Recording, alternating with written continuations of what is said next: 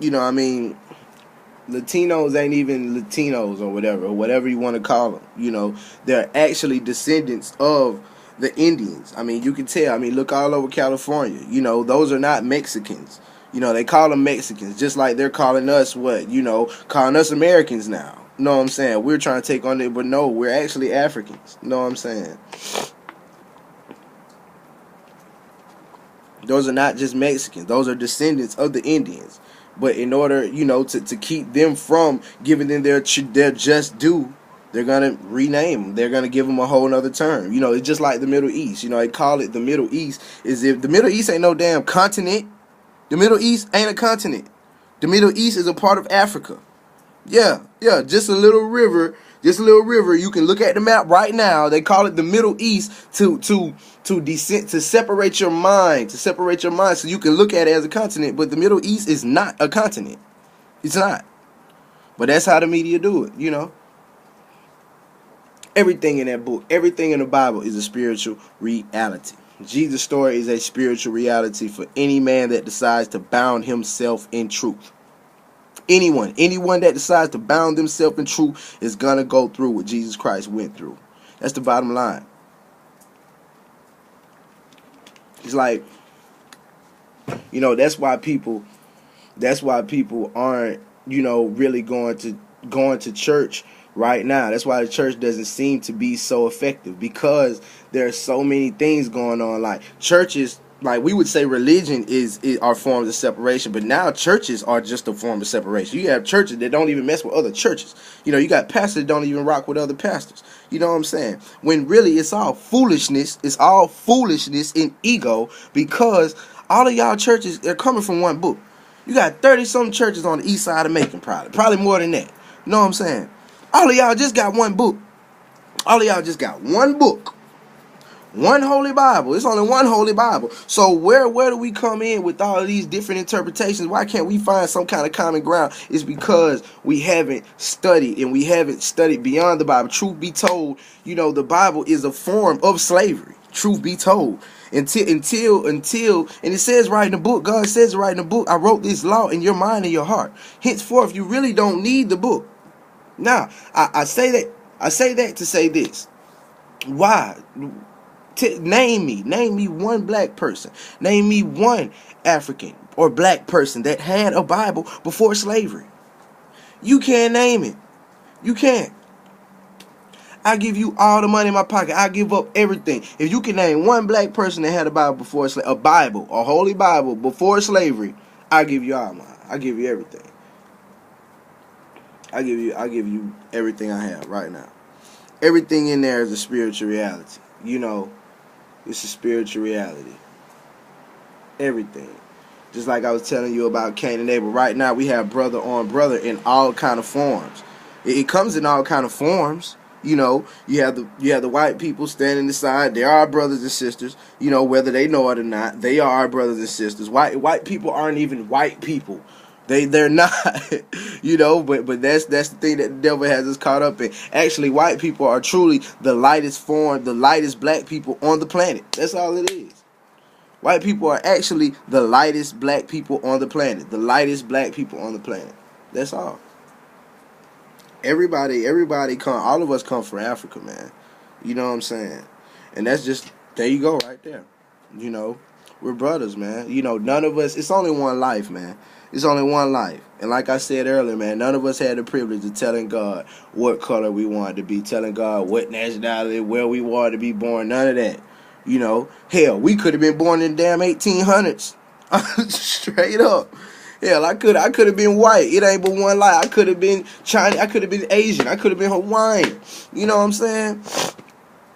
Thank the Creator that I wasn't. You know what I'm saying? That I wasn't born into some type of, damning place. And bless those who have been, placed in unfortunate positions such as. Now, speaking of reality here, y'all, man, right here in America, we have a chance to get it together, man. We have a chance to get it together, and we continue to sit here and let this media and let these news divert our consciousness.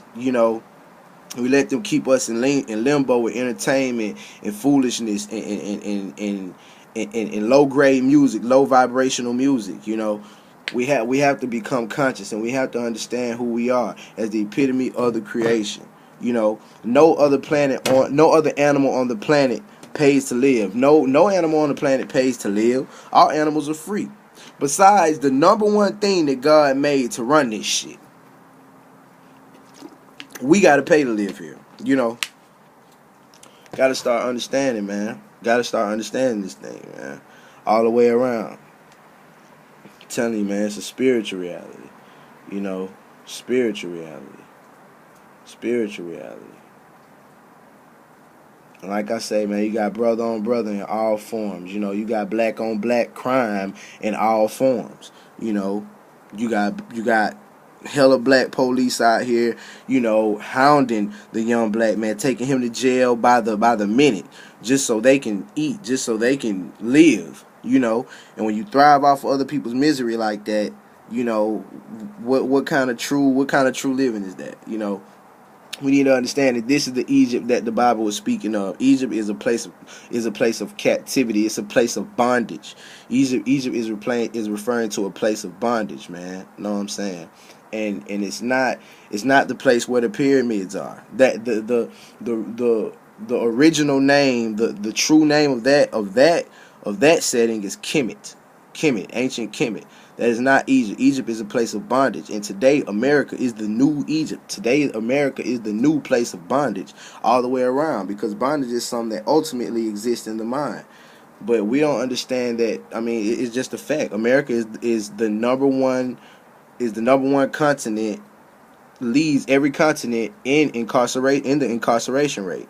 How can you be the land of the free and you have the highest incarceration rate on the planet? How? How can you do that? How can you be the land of the free and you have the highest incarceration rate on the planet? There's no such thing. You can't be both. Maybe it's just a lot that Americans don't know about other countries. Maybe there's so many places we haven't been. We don't know if America is the freest country on the planet. It's bullshit, really. Really, it really is. It really is. Never been to another country to really see how happy other people are in their country. You know what I'm saying? So that's just another, media school history book illusion that they fed us, And we need to start understanding these things, man. And one thing about the devil is they call Satan the father of lies, right? And if Satan is the father of lies, he gonna make it sound sweet for you. He gonna make it sweet for you, man. And he gonna make that lie sound good. You gonna smile while he lie to you. So a perfect example of who Satan is are the things that we fall into right now. Are the things such as, right now, we have Christmas coming up next week. You have a lot of parents right now that are telling their kids about Santa Claus. And this is something that not even just black. That's why I'm proud to be able to bring this to you, because truly this is not something that just black people fall into. This is something all of us is falling into. The world is one big nigga right now. You know what I'm saying? Because it all makes sense. We all come from the same source. We all come from Africa. We all brothers, It's coming back to the beginning. But this is something that we all fall for, not just black parents right now. You got every parent, on the average, telling their kids about Santa Claus right now. And for a great example on how we assist Satan without even being conscious of it, because we don't pay attention. We're in limbo and we don't have this knowledge. We don't obtain the knowledge. Things like Christmas give you a great view at what I'm trying to say, because right now you have a lot of parents telling their kids about Santa Claus, and kids are naturally smart. Kids are naturally real. I just asked my little man King the other day. King probably 10 years old. I was like, "You all right, man?" He like, "Nope." 10 years old, kept it real though. Nope. Know what I'm saying? You all right? Nope. So this is where we are, man. And kids are naturally smart. So what if one day, and I'm pretty sure this happens all the time. You have, child stays in public housing. You know, and he's in school all day, and they're talking about Santa Claus. You know, he goes home, he sees on TV they're talking about Santa Claus, and he asks his mother, you know, when she comes home, or when you know, when he has a chance, he asks his mother, like, Mom, you know, like, how's Santa gonna get in the house? We ain't got no chimney. How's Santa gonna get in the house? You know, a real question. He asks her a very educated question at what, 7 years old. Mama, how's Santa gonna get in the house? You know, we ain't got no chimney. These are things I used to wonder. You know, 7 years old, asking his mom, you know, how's Santa gonna get in the house? Guess what the average parent in America is going to do? Guess what? The average parent in America, once their child asks this very educated question, the average parent in America is going to tell their child another lie just so they can continue believing in Santa Claus.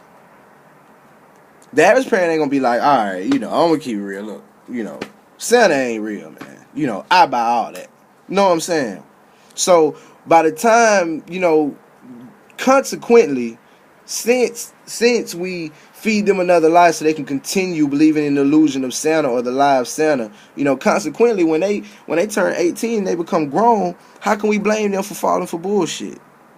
How can we blame them for going for bullshit? Because that's how we fed them all their lives. Valentine's Day was a massacre. Saint Nick is the devil. If you look up Saint Nick is really Satan, the devil, who came down the chimney and put kids in the red bag, you know, and left with them. That's what Santa was really about. I don't want nobody coming down my damn chimney. I'll shoot his ass. Hey, you coming down my chimney for? It don't even sound right. Hell, you ain't gonna even be red by the time you come down my chimney. You gonna be all black and shit. All fucking looking crazy. I'm gonna have to shoot you. You know? Just foolishness. You know? Thanksgiving. Foolishness. You know, it's a lie. You know? All these things. What the hell is Groundhog Day? You know? We don't even question these things. You know? You ever wonder why they gave you a Martin Luther King Day? Why they gave us a Martin Luther King Day, and we don't have a Marcus Garvey Day, and we don't have a Malcolm X Day, we don't have a Nat Turner Day, we don't have a Henry Highland Garnett Day, we don't have an Emperor Haile Selassie Day. You want to know why we don't have a Dr. John Henry Clark Day? You want to know why we don't have these days? You know what I'm saying? You want to know why we don't have a Paul Robeson Day? You know? Because Martin Luther King was the one that taught us, love them anyway. When they gonna beat you to death, but love them anyway. That's bullshit. That's the only reason they put Martin Luther King in that spotlight, because he really served them what they want Negroes to do, accept the beating and shut the hell up and love us regardless. And that's bullshit. That's what we continue to do today. Now I'm gonna tell y'all, man, when we first got here on the continent, we wasn't trying to be nobody's damn American, wasn't trying to be nobody's damn Republican or damn Democrat. You know, we just wanted to be left alone. Leave us be, please. And we still in the same situation now. You know, where these white folks is on the receiving end of all of our pain. It's just the truth. You know, the European is on the receiving end of all of our pain, you know. And like I say, all of us are brothers, you know, on the receiving end of all of our pain. No matter what it is. A young brother gets buried, they getting paid for that. You know, the one that killed him, the reason he got buried, they finna go get him in the name of justice, and they finna get paid to put his ass in jail and to house him for however long. They gonna get paid for that. You know what I'm saying? They're going to get paid whenever you get into any kind of bull job. When they tow your car, they get paid for that. When your AC get messed up, they get paid for that. You know, they're really literally at the receiving end of all of the mischief, all of the pain. They really are. I'm telling you, man, look at your Bibles. And I'm just being honest. Look at the Bible. You know, how in the world is God just such a mean God? I'm talking about mean as hell in the Old Testament. Mean, striking everybody down. You know what I'm saying? And it's the God of life. This the God of love. You know, why does it seem like God doesn't learn to be nice until his son dies? For the world. Why does it seem like God doesn't learn to be nice? Because it's bull jive. The white man is the sickest thing in the world. But the European actually coined himself in as God in the Old Testament. all the ites and all the Shemites and Ishmaelites, whatever, all the ites in the Bible that were getting killed off, you know what I'm saying? Those were our people.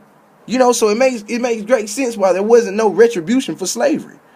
You know, that those were the white men going up and down the up and down Egypt and up and down Africa, slaying the black man, you know, slaying, you know, the Africans. And you also had before you even had the Christian, you know, before you had the Christian indoctrination, the Christian slavery, you know, you had the Islamic, you had the Arabs going around with you know, and they've been having us in slavery well before the European ever came along. So this has been a pain trail way before, you know. That's why I don't like the movie Roots, because it's an inaccurate interpretation and an inaccurate story of what our real history. You know, we're way, you know, our history is way more deeper, way more painful than Roots.